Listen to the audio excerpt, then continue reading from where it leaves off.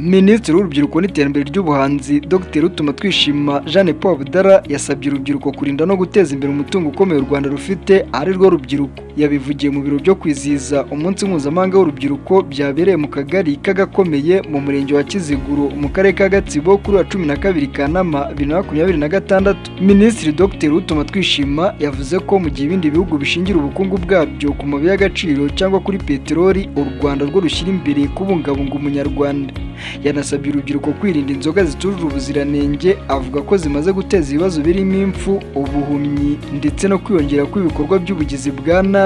Ku ruhande rw'urubyiruko, Ruhungura Valens ukora ubucuruzi bwo gutunganya ibihaza muri Iwacu Bakery yavuze ko urubyiruko rukwiye gukoresha amahirwe leta iruha no kudacika intege iyo rutsinzwe. Yavuze ko kompanyi yayo imaze guhugura urubyiruko 120 kandi bafite gahunda yo kwagura ibikorwa no gufasha urubyiruko kwihangira imirimo. Uyu munsi wizihijwe ku rwego rw'igihugu muri Gatsibo, witabirwa n'urubyiruko rurenga 1500.